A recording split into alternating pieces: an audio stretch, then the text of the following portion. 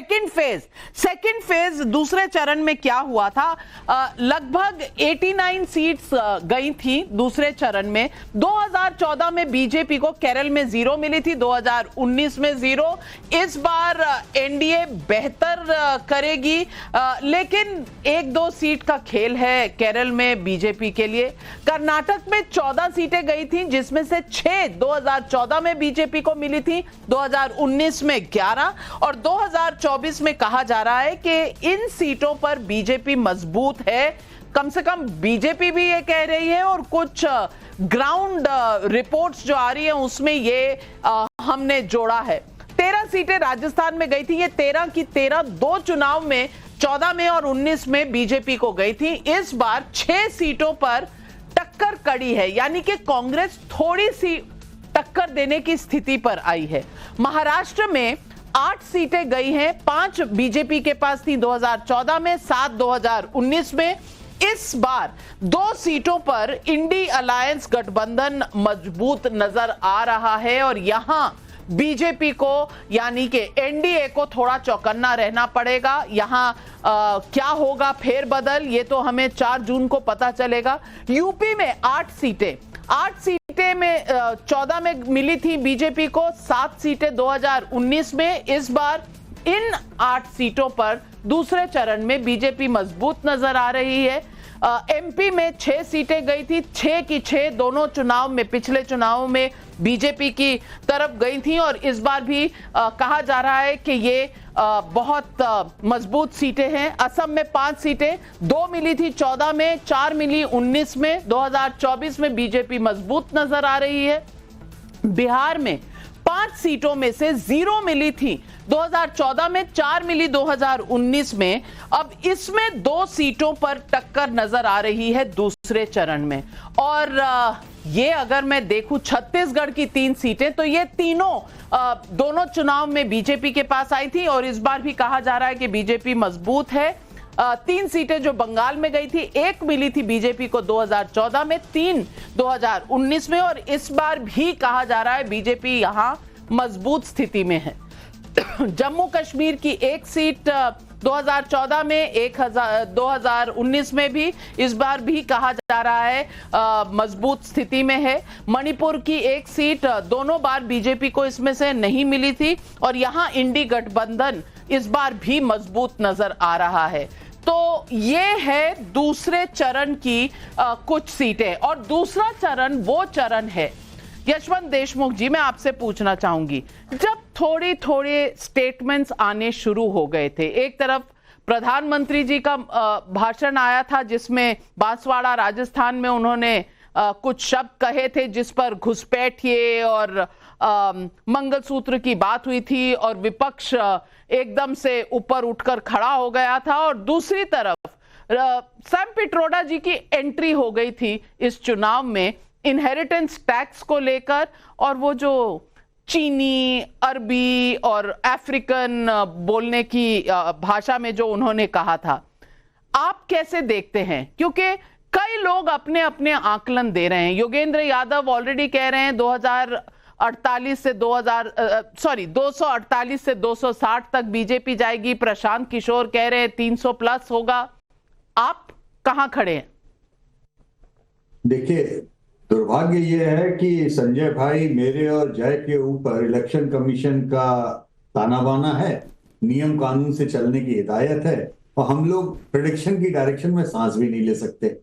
और दिक्कत ये होती है नाविका कि योगेंद्र जी से लेकर प्रशांत तक जो कहीं फील्ड में अभी कोई सर्वे नहीं कर रहे हैं, लेकिन उनको पूरी आजादी है कि वो न केवल आपस में लड़ें, नंबर भी फेंकें, और फिर हमसे और संजय जी से या जय से आप बोलेंगे कि इस पे आप टिप्पणी भी करें, तो ये बड़ी दिक्कत का काम है।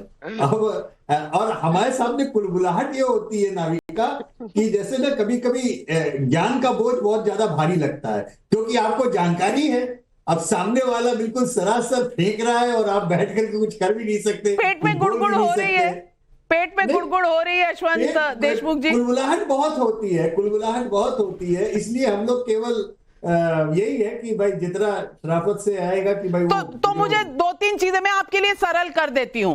राम लहर है कि नहीं है, मोदी लहर है कि एंटी मोदी लहर है, राहुल गांधी लहर है या इंडिया अलायंस लहर आपको कहीं नजर आ रही है? बस इनका जवाब दे दीजिए। नाविका, मैंने बहुत सोच समझ के एक लाइन का इस्तेमाल किया था, हालांकि हर कोई अपनी अपनी सुविधा के हिसाब से उसको ले हो।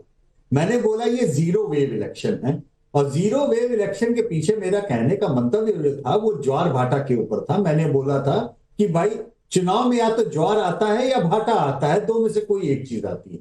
2014 में ज्वार आया, 2019 में ज्वार के ऊपर एक और ज्वार आया, अब 2024 में भाटा आया या नहीं आया, ज्वार और नहीं दिख रहा है उसके ऊपर। तो मैंने इसलिए बोला था कि ये जीरो वेव इलेक्शन है, ना तो मुझे ज्वार के ऊपर ज्वार दिख रहा है, ना ही मुझे ये पिछले वाले ज्वार को भाटा में वापस की ओर जाते हुए वैसा कुछ टर्नआउट में दिख रहा है।